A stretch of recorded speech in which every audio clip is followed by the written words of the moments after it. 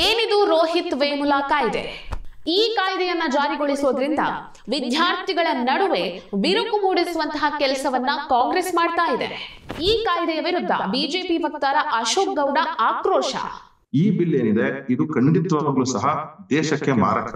ಕರ್ನಾಟಕದ ಶಾಂತಿಯನ್ನ ಕದಡುವ ಕೆಲಸವನ್ನ ರಾಜ್ಯ ಕಾಂಗ್ರೆಸ್ ಮಾಡ್ತಾ ಇದೆ ಅಂತ ಅಶೋಕ್ ಗೌಡ ಆಕ್ರೋಶ. ಸರ್ವ ಜನಾಂಗದ ಶಾಂತಿಯ ತೋಟ ಏನಿದೆ ಈ ಕಾನ್ಸೆಪ್ಟ್ಗೆ ತಾವು ದ್ರೋಹ ಬಗ್ಗಂಗೆ.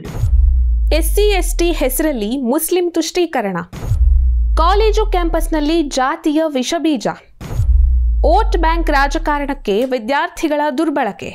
ಸಿಎಂ ಸಿದ್ದರಾಮಯ್ಯ ನೇತೃತ್ವದ ರಾಜ್ಯ ಕಾಂಗ್ರೆಸ್ ಸರ್ಕಾರ ರೋಹಿತ್ ವೇಮುಲಾ ಕಾಯ್ದೆಯನ್ನ ಕರ್ನಾಟಕದಲ್ಲಿ ಜಾರಿಗೊಳಿಸುವುದಕ್ಕೆ ನಿರ್ಧರಿಸಿದ್ದಾರೆ. ಈ ಬಗ್ಗೆ ಪರ ವಿರೋಧ ಚರ್ಚೆಗಳು ನಡೀತಾನೆ ಇದೆ.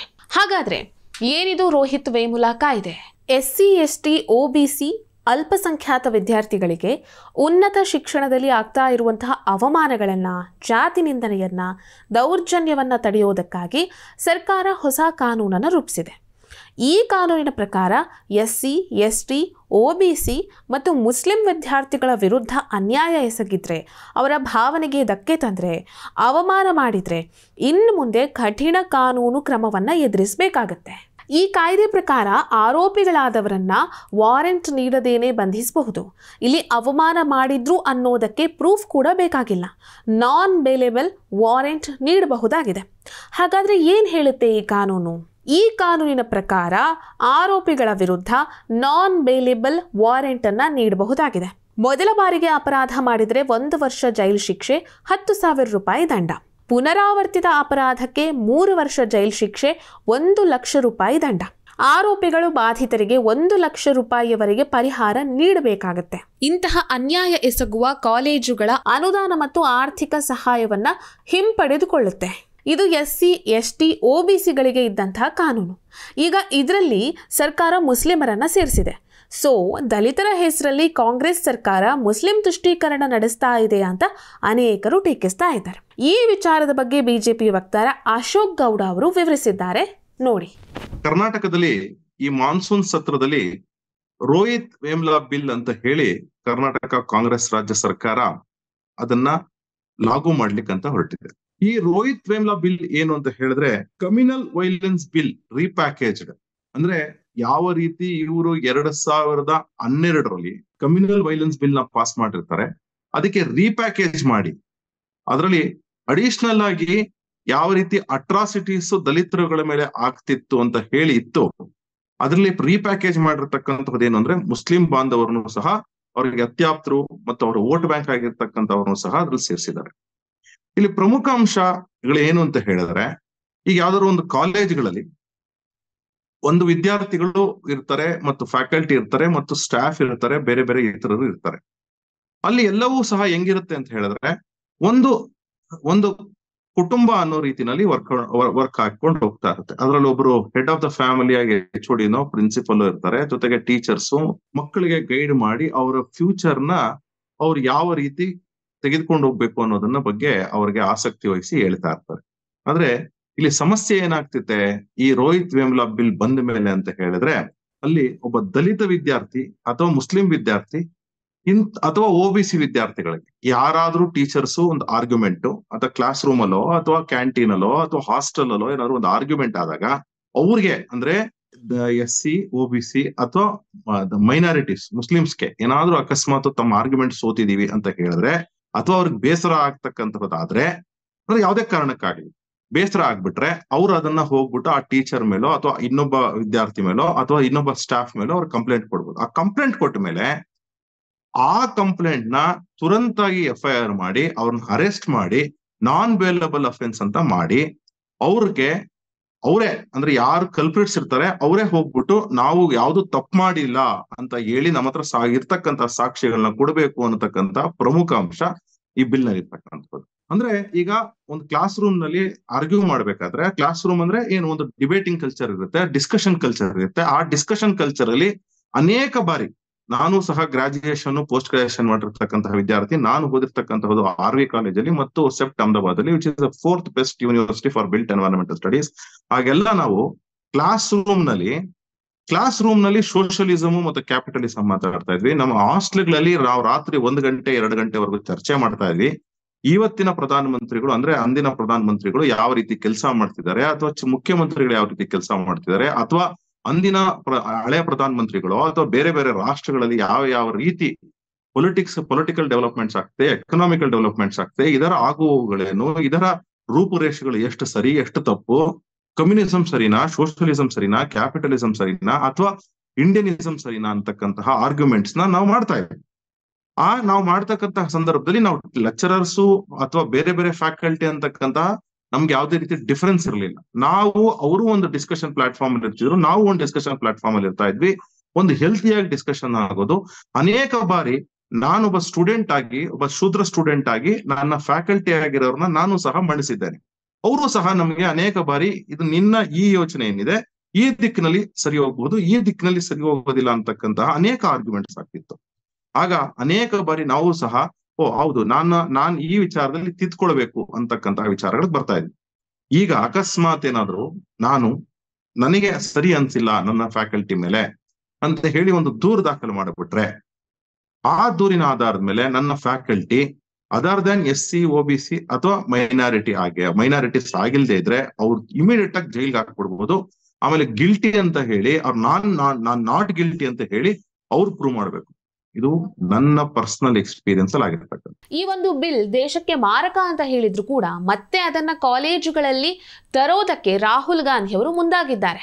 ಈ ಮೂಲಕವಾಗಿ ವಿದ್ಯಾರ್ಥಿಗಳ ಒಂದು ಒಳ್ಳೆ ಸಂಬಂಧದ ನಡುವೆ ಬಿರುಕನ್ನ ಮೂಡಿಸುವಂತಹ ಕೆಲಸವನ್ನ ರಾಹುಲ್ ಗಾಂಧಿ ಮಾಡ್ತಿದ್ದಾರೆ ಅಂತ ಹೇಳಿ ಅಶೋಕ್ ಗೌಡ ಅವರು ಆಕ್ರೋಶವನ್ನ ವ್ಯಕ್ತಪಡಿಸಿದ್ದಾರೆ. ನೋಡಿ, ಕಾಂಗ್ರೆಸ್ ಮತ್ತು ರಾಹುಲ್ ಗಾಂಧಿ ಅವರ ಮೈಂಡ್ ಸೆಟ್ ನೋಡಿ. ನೀವು ಕಮ್ಯುನಲ್ ವೈಲೆನ್ಸ್ ಬಿಲ್ ನ ಪಾಸ್ ಮಾಡಿದ್ರಿ. ಆಗ ಅನೇಕ ಬಾರಿ ನಾವು ಚರ್ಚೆ ಮಾಡಿ ಹೇಳಿದ್ದೇವೆ, ಈ ಬಿಲ್ ಏನಿದೆ ಇದು ಖಂಡಿತವಾಗ್ಲೂ ಸಹ ದೇಶಕ್ಕೆ ಮಾರಕ ಅಂತ ಹೇಳಿ. ಅದಾದ್ಮೇಲೆ ಆ ಬಿಲ್ ನ ಅಮೆಂಡ್ ಮಾಡ್ಲಾಯ್ತು ಮತ್ತು ರಿಪೀಲ್ ಸಹ ಮಾಡ್ಲಾಯ್ತು. ನೀವು ಈಗ ಮತ್ತೆ ಈ ಕಮ್ಯುನಲ್ ಬಿಲ್ ನ ಯೂನಿವರ್ಸಿಟಿಗಳಲ್ಲಿ ತರ್ಲಿಕ್ಕಂತ ಹೊರಟಿದ್ದೀರಾ ಅಥವಾ ಕಾಲೇಜುಗಳಲ್ಲಿ ತರ್ಲಿಕ್ಕಂತ ಹೊರಟಿದ್ದೀರಾ. ಇವತ್ತವರೆಗೂ ಸಹ ಕಾಲೇಜುಗಳಲ್ಲಿ ತಮಗೆ ಗೊತ್ತಿಲ್ಲ ಅಂದ್ರೆ ರಾಹುಲ್ ಗಾಂಧಿ ಅವರು, ಯಾಕಂದ್ರೆ ತಾವು ಕಾಲೇಜ್ಗೆ ಹೋಗಿಲ್ಲ, ಬಡಾಯಿ ಕೊಚ್ಕೊಳ್ತೀರಾ ಅಥವಾ ತಾವು ಹಾಸ್ಟೆಲ್ ಇದ್ರೋ ಅಥವಾ ಕಾಲೇಜ್ಗಳಲ್ಲಿ ಹೋಗಿ ಸೀರಿಯಸ್ ಆಗಿ ವ್ಯಾಸಂಗ ಮಾಡಿದ್ರೆ ನಮ್ಗೆ ಡೌಟ್ ಆಗ್ತದೆ. ಯಾಕೆ ಅಂತಂದ್ರೆ ನಾನು ನನ್ನ ಪಕ್ಕದಲ್ಲಿರ್ತಕ್ಕಂತಹ ನನ್ನ ಫೆಲೋ ಕ್ಲಾಸ್ಮೇಟ್ ದಲಿತ, ಬ್ರಾಹ್ಮಣನ ಅಥವಾ ಬೇರೆನ ಅಂತಕ್ಕಂಥದ್ದು ನನಗೆ ಗೊತ್ತಿರ್ಲಿಕ್ಕಿಲ್ಲ. Unless and until by his name, ಅಂದ್ರೆ ಯಾವ್ದಾದ್ರು ಉದಾಹರಣೆಗೆ ನನ್ನ ಹೆಸರು ಅಶೋಕ್ ಗೌಡ ಅಂತ ಇಟ್ಕೊಂಡಿದ್ರಿಂದ ನಾನು ಗುಜರಾತ್ ಅಲ್ಲಿ ಓದ್ತಿದ್ದಾಗ ನಾನು ಈಕ್ವಲೆಂಟ್ ಪಟೇಲ್ ಕಮ್ಯುನಿಟಿ, ಅಥವಾ ಕರ್ನಾಟಕದಲ್ಲಿ ಓದ್ತಿದ್ದಾಗ ಇವರು ಗೌಡ ಕಮ್ಯುನಿಟಿ ಅಂತ ಇತ್ತು. ಆದ್ರೆ ಅನೇಕ ಜನಕ್ಕೆ ನಮ್ಗೆ ಗೊತ್ತಿರ್ಲಿಲ್ಲ. ಈಗ ನನ್ನ ಅನೇಕ ಜನ ಸ್ಟೂಡೆಂಟ್ಸ್ ಇದ್ರು, ನಾನು ಸಹ ಪಾಠ ಮಾಡ್ತಿದ್ದೆ ಅನೇಕ ಆರ್ಕಿಟೆಕ್ಚರ್ ಕಾಲೇಜುಗಳಲ್ಲಿ. ಆಗ ಒಬ್ಬ ನಾನು ಬೈ ಸ್ಟೂಡೆಂಟ್ ನೇಮ್ ಹೆಸರು ಹೇಳ್ತೀನಿ, ಯಾಕಂದ್ರೆ ತುಂಬಾ ಸಿಂಪಲ್ ಆಗಿದೆ, ಆಯಿಷಾ ಅಂತ ಹೇಳಿ. ಆಕೆಯ ಸರ್ನೇಮು ಸಹ ಎಲ್ಲೂ ಮೆನ್ಷನ್ ಆಗಿರ್ಲಿಲ್ಲ. ನನಗೆ ಗೊತ್ತಿರ್ಲಿಲ್ಲ ಆಕೆ ಯಾವ ಕಮ್ಯುನಿಟಿ, ಯಾವ ಕಾಸ್ಟು ಏನು ಅಂತ ಹೇಳಿ.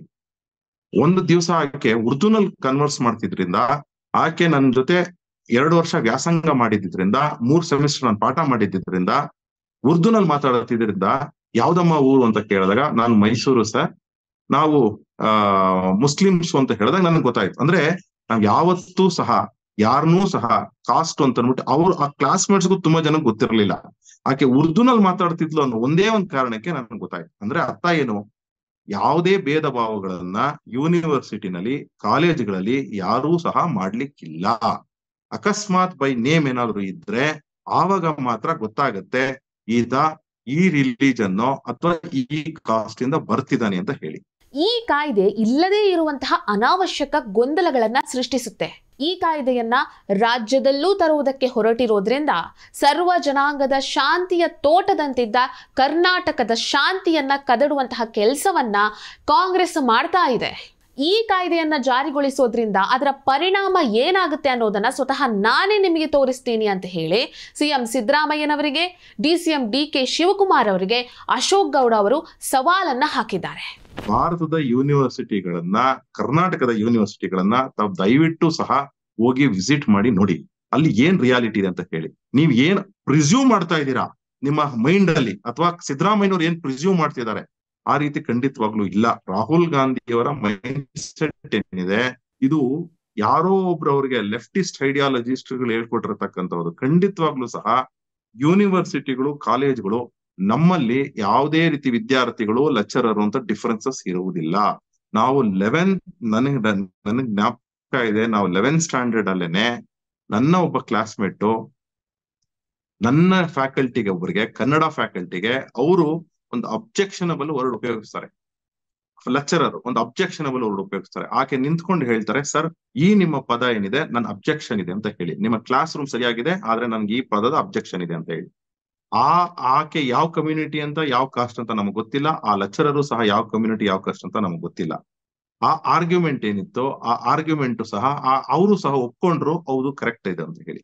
ನಾವು ಅನೇಕ ಬಾರಿ ನಾವು ಆರ್ಕಿಟೆಕ್ಚರಲ್ ಅಕಾಡೆಮಿಷಿಯನ್ ಆಗಿ ಅನೇಕ ಬಾರಿ ನಾವು ನಮ್ಮ ವಿದ್ಯಾರ್ಥಿಗಳಿಗೆ ನಮ್ಮ ಫ್ರೆಂಡ್ಸ್ಗಿಂತ ಜಾಸ್ತಿ ಅಥವಾ ನಮ್ಮ ಬಂಧು ಬಳಗದವ್ರಂತ ನೋಡಿರ್ತೇವೆ. ಯಾಕಂದ್ರೆ ಅನೇಕ ಜನ ವಿದ್ಯಾರ್ಥಿಗಳು ನಮ್ಮ ಮನೆಯಲ್ಲಿ ಬಂದು ಪಾಠ ಮಾಡಿಸ್ಕೊಂಡು ಹೋಗಿರತಕ್ಕಂತಹದ್ದು ನಮಗೆ ಸಾಕ್ಷಿ ಇದೆ. ನಮ್ಮ ಮನೆಯಲ್ಲಿ ನನ್ನ ಕಚೇರಿಗೂ ಸಹ ಬಂದು ಡಿಸ್ಕಷನ್ ಮಾಡಿದ್ದಾರೆ. ಅದರಿಂದಾಗಿ ಈ ಬಿಲ್ ಏನಿದೆ ಇದು ಕರ್ನಾಟಕದ ಯೂನಿವರ್ಸಿಟೀಸ್ ನಲ್ಲಿ, ನನಗೆ ಗೊತ್ತಿಲ್ಲ ಬಿಹಾರ ಅಥವಾ UP ನಲ್ಲಿ ನಾನು ಯಾವತ್ತೂ ಓದಿಲ್ಲ. ಆದ್ರೆ ನಾನ್ ಕರ್ನಾಟಕದಲ್ಲಿ ಓದಿದ್ದೇನೆ, ಗುಜರಾತ್ ಅಲ್ಲಿ ಓದಿದ್ದೇನೆ, ನನ್ನ ಸ್ನೇಹಿತರುಗಳು ಮಹಾರಾಷ್ಟ್ರದಲ್ಲಿ ಓದಿದ್ದಾರೆ. ನಾವೆಲ್ಲ ಡಿಸ್ಕಸ್ ಮಾಡಿದ್ದೇವೆ ಯಾವ ರೀತಿ ಯೂನಿವರ್ಸಿಟೀಸ್ ಕಲ್ಚರ್ ಇದೆ ಅಂತ ಹೇಳಿ. ಅಥವಾ ತಮಿಳ್ನಾಡಿನಲ್ಲಿ ನನ್ನ ಬಂಧು ಬಳಗದವರು ಓದಿದ್ದಾರೆ, ಕೇರಳದಲ್ಲಿ ನಾನು ಅನೇಕ ಜನ ವಿದ್ಯಾರ್ಥಿಗಳು ಓದಿದ್ದಾರೆ. ನಾವು ಸಹ ಪೋಸ್ಟ್ ಗ್ರಾಜುಯೇಷನ್ಗೂ ಸಹ ಪಾಠ ಮಾಡಿದ್ದೇವೆ. ಸೊ ಅದರಿಂದಾಗಿ ಈ ಬಿಲ್ ಏನಿದೆ ಖಂಡಿತವಾಗ್ಲೂ ಸಹ ಮಾರಕ. ಒಂದು ಯೂನಿವರ್ಸಿಟಿ ಕಲ್ಚರ್, ಒಂದು ಯೂನಿವರ್ಸಿಟಿನಲ್ಲಿ ಇರ್ತಕ್ಕಂಥ ಅಟ್ಮಾಸ್ಫಿಯರ್ ನ ತಾವು ಯಾವುದೋ ಪ್ರಿಸ್ಯೂಮ್ಡ್ ಮೈಂಡ್, ಇಲ್ಲಿ ಯಾವ ವಿಚಾರ ಇರುವುದಿಲ್ಲ ಆ ವಿಚಾರಗಳನ್ನ ಸೃಷ್ಟಿ ಮಾಡಿ ನಮ್ಗೆ ಯಾವ್ದೋ ಒಬ್ಬ ಲೆಕ್ಚರರ್ ಜೊತೆ ಇಷ್ಟ ಇಲ್ಲ ಅಥವಾ ಯಾವ್ದೋ ಒಬ್ಬ ಲೆಕ್ಚರರ್ಗೆ ನಾವು ಆರ್ಗ್ಯುಮೆಂಟ್ ಮಾಡ್ಬೇಕು ಅಂತ ಹೇಳಿದಾಗ ಅವ್ರನ್ನ ಮಣಿಸ್ಲಿಕ್ಕೆ ದುರುಪಯೋಗ ಪಡಿಸ್ಕೊಳ್ತಕ್ಕಂತಹ ಕಾನೂನು ಇದಾಗತ್ತೆ.